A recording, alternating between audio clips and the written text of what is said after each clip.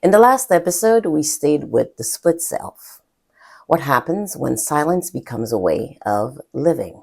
We talked about how adaptation works, how restraint can protect, how survival strategies can carry us a long way.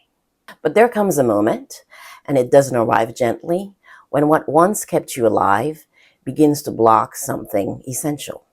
Today's episode is about that moment, the moment when survival stops being enough, not because you want more, but because the old strategy no longer works.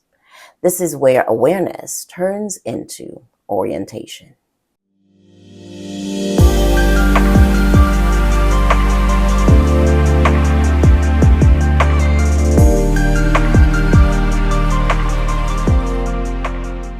The friction doesn't announce itself as a crisis. Life still functions. You're still showing up, you're still handling things, and from the outside, nothing looks broken. But from the inside, a very specific tension forms. You reach for the old strategy, silence, endurance, pushing through, and it doesn't land the way that it used to. You notice it when something important needs to be said, and the cost of not saying it suddenly feels heavier than the risk of not speaking. You notice it when you're about to agree to something you've always agreed to, and your body suddenly resists. Not loudly, not dramatically, but enough that you can't ignore it. This is friction, not dissatisfaction, not longing. Friction is when the strategy that once solved the problem now creates one. You're not confused about who you are. You're confused about why the old way no longer fits. And that confusion is the signal. This is the moment survival logic begins to fail. Not because it was wrong, but because it has done all it can do. Here's where the teaching gets precise. Survival logic is simple. Stay quiet to keep stability, endure to avoid loss, and adapt so you don't have to risk too much. And for a long time it works, but friction exposes its limit. Because now, staying quiet costs connection. Enduring costs integrity. Adapting costs direction. You begin to feel the trade-off in real time. If you don't speak, something meaningful doesn't move forward. If you keep pushing, resentment builds. If you choose safety again, you lose clarity. This is not a moral failure. It is a structural one.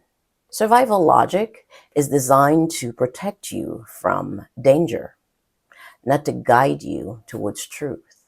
And when life asks you for truth, survival has no answer. So the internal conflict sharpens. Part of you say, this has worked for me before, don't risk it.